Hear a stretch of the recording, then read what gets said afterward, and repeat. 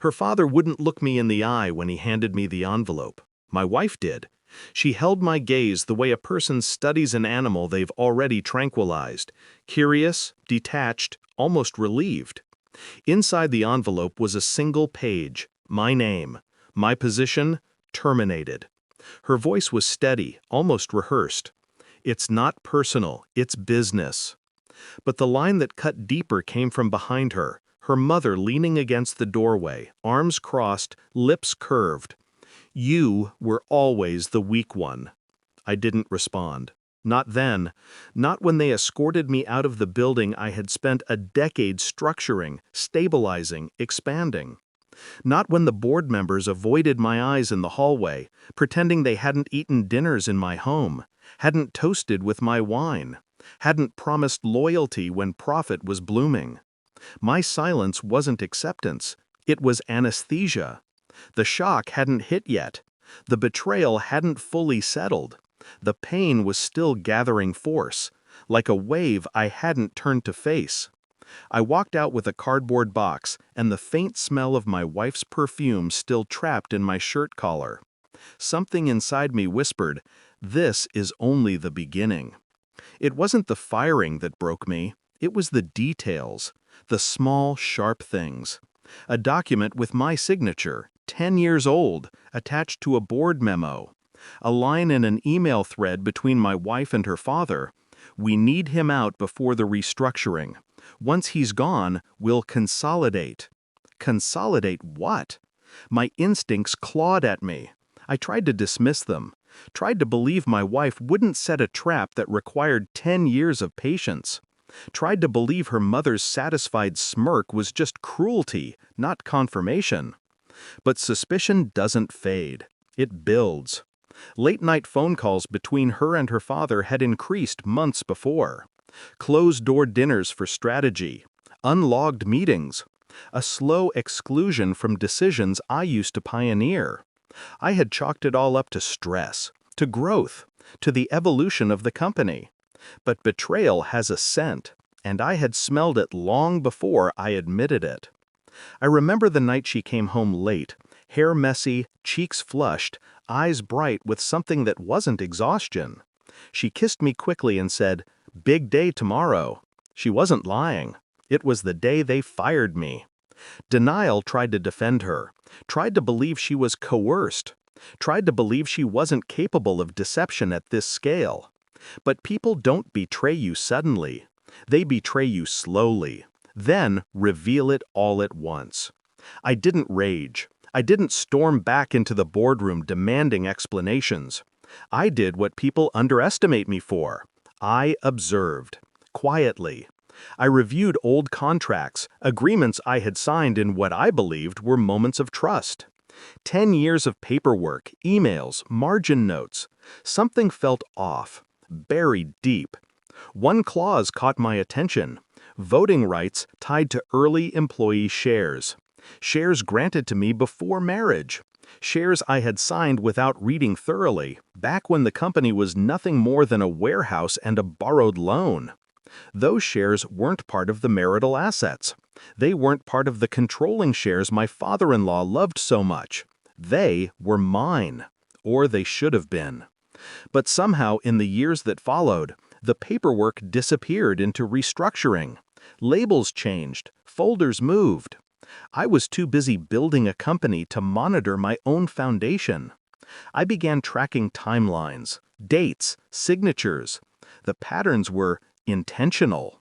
Every move they made toward consolidating power required one thing: me stepping out of the picture willingly, quietly. Her mother once warned her at a dinner party, "He's too trusting. Use that." She laughed. I didn't. The deeper I dug, the more the truth pressed against me like a hand around my throat. But I showed nothing. Storm on the inside, still water on the outside. I washed cars during the day, because that's all I could get. I studied documents at night, and every dollar I earned handed me more clarity. You learn a lot about yourself when you're wiping mud off someone else's tires. You learn even more about others. The truth arrived in the most unexpected way. A client at the car wash, a quiet man in a tailored suit, kept staring at me while I dried his hood. Finally, he asked, "Are you from the Caldwell Group?" I nodded once, curt. Disgust and shame were familiar weights by then. He smiled slowly, not mockingly, knowingly. "You know," he said, lowering his voice, "those early shares you signed? They're still yours." I froze. He continued, "They were never reissued, never revoked, never absorbed. Legally, you still hold full voting power over 23% of the company." My fingers loosened. The keys slipped from my hand. I nearly dropped them onto the pavement. 5.7 billion. That was the company's last valuation. 23% of that.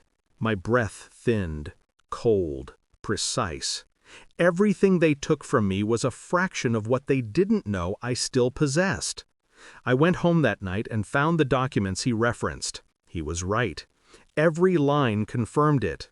My wife walked into the room and froze when she saw the papers on the table. She whispered, Where did you get those?" I looked at her, calm, cold, emptied. "You should have read everything I signed," I said. "I did." Her face shattered. I didn't storm into the company. I walked, slow, measured, silent. Board meeting in progress. Perfect. When they saw me, the room went stiff. Her father paled. Her mother blinked, shocked. My wife whispered my name like a prayer that no longer worked. I placed the documents on the table. No words, just paper. The founder, her father, skimmed the first page and stopped breathing. My voting power eclipsed his. My shares made every decision they had enacted void. My voice was a whisper, controlled, surgical. "You fired me from a company you don't control." My wife collapsed into her chair. Her mother covered her mouth, finally silent. I called for a vote, a single vote, their removal. Unanimous, because my vote was enough. They were escorted out of the same building they once forced me from. No rage, no gloating, just reversal. Clean, clinical, cold. I walked to my old office, closed the door, sat in the chair that once held my ambition. It felt different now, not like victory, not like revenge, like clarity. I didn't hate them anymore. Hate ties you to people. I felt nothing, a clean, echoing nothing.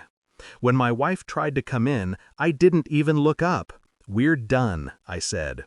Calm, cold, final. She cried, begged, reached for me with shaking hands. I typed an email, ignored her. My final line lingered in my mind. Quiet, brutal.